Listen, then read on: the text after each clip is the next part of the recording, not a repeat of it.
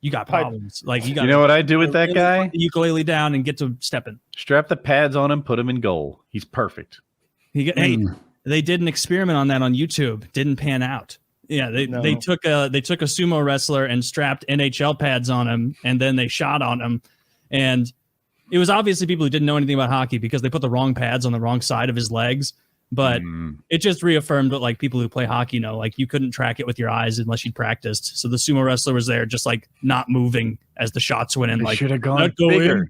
Did that There's go clearly in? Someone big enough to stuff a hockey At net. the end, they put two people so. in because it's, you've played hockey. It's 6 feet wide, 4 feet tall. And unlike beer league, like the worst guy in the NHL is tremendous. Like the biggest bruiser idiot who's seen as like a goober, give him enough time to shoot and that guy can pick you more. guys know this better than I do, but for the people at large who have good taste in sports and don't watch hockey, I've been watching all this playoff hockey and I saw this screenplay the other night where basically the guy wants to shoot and so his buddy is skating between him and the goalie, so the goalie can't see the guy who's shooting on him. And as the back of the screener's jersey is like fluttering, the puck is kind of coming through it. Yeah. Like he shot this puck into a hole of 3-dimensional space this fucking big from 20 yards away or something like that. It was insane what he did. So the idea that you can get a fat guy in there and then, I wouldn't be able to score because I can't make the puck go where I want. But Jesus, those guys seem to be surgeons with the puck. They just put it right wherever they want it every time. When I was first learning to play, and then I got better than this, but when I was first learning to play ice hockey, there was no goalie, so they just laid a bench down in front. All you had to do to score was lift the puck 2 feet. Me and all my incompetent friends were like, best goalie ever. He's a brick wall for 18 inches. Dude, that is a hilarious thing. Like when you teach someone hockey for the first time is like, you watch someone who knows what they're doing and they lift the puck so easy and like it's not hard because you just get the mechanics down. Like people get out there for the first time with a stick and they cannot, like if someone put a gun to their head and was like, get the puck off the fucking ice, they'd be like, I can't. Like they just smack at it. They don't know the right angle. They just hit it harder and harder the wrong way. Like, and when I used to do that with like friends, it would make me think of like, oh, this is what I look like throwing a football. Like it just opens my eyes where I'm like, oh, this is why, like, if someone throws you a baseball, underhand that bad boy baseball, not really, but like football, I have no confidence in my spiral. And so underhand like, spiral's easy. You know what a nightmare for me is?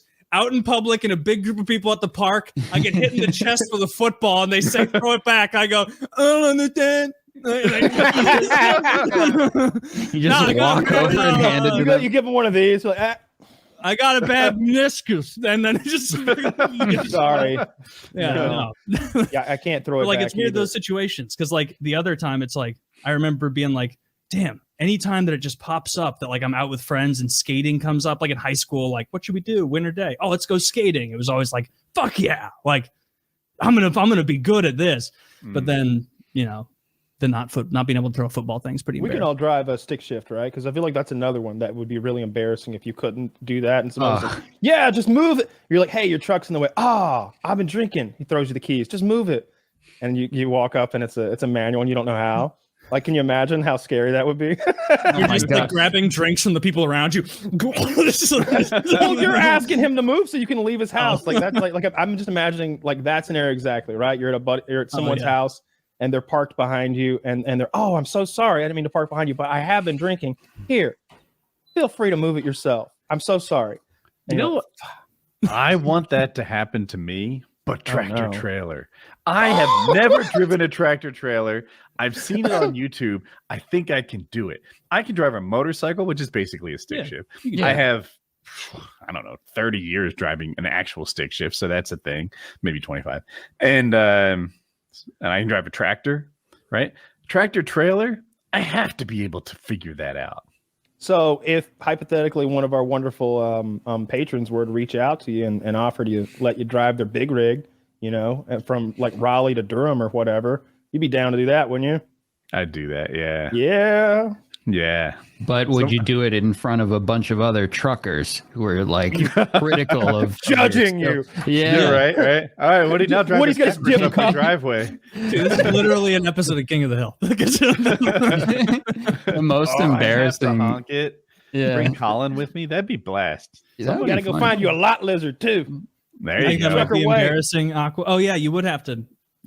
Aqua, would you get a lot lizard so you blended in? What's a lot lizard again? Prostitute. That's a truck Oh, stop. okay.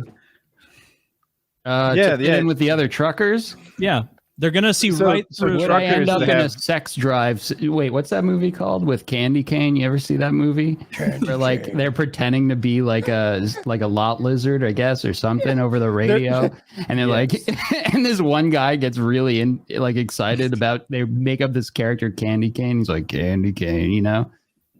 I actually know that. Yeah, then the trucker tease chases the him truck- down.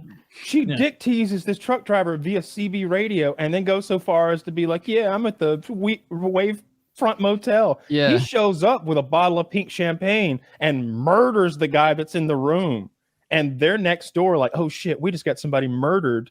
And so now that guy's just stalking them across the desert.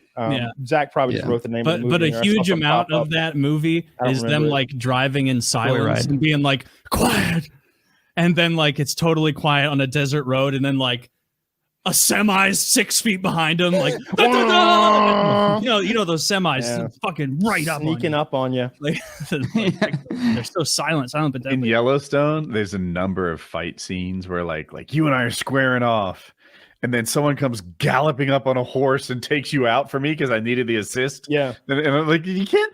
Horses don't sneak up on people in a gallop. clap it, clap. Yeah, you hear that one coming. It's very. No, I've frustrating. never. I don't think I've ever even been in a big rig. I don't think Me I have. neither. I've been in some really big trucks that have, like dump trucks and those spreader trucks that spread fertilizer, those giant things. But I don't think I've ever been in an 18-wheeler.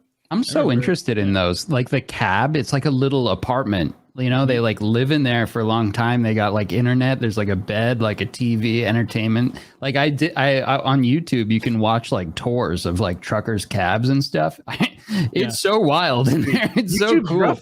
I've been down that rabbit hole. Let's do and it. then YouTube's like, this guy's interested in truckers. Well, lucky you. We're gonna give you truck tours and truck information and Europe versus American trucks for the rest of your life. Have you ever seen the video? It's the guy. It's a black trucker, and he's driving along, and his camera faces back at him, so you get to see him and the passenger seat and that little curtain behind him and all that shit. And I think he's drifting asleep, like slowly but surely, like he's drifting asleep, and you're watching it happen.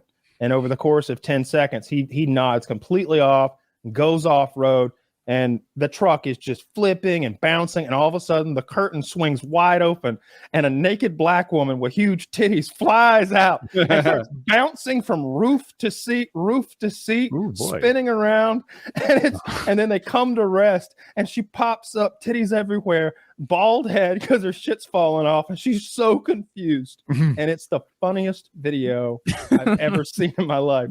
It's so good. It's And so no one good. died, so it's okay. Yeah, that's good. Who knows what they hit though? Probably like a school. Or Oh, something. like an actual school. Yeah, Dude, I those remember things are in the dangerous. mid 90s, like my grandpa was trucking.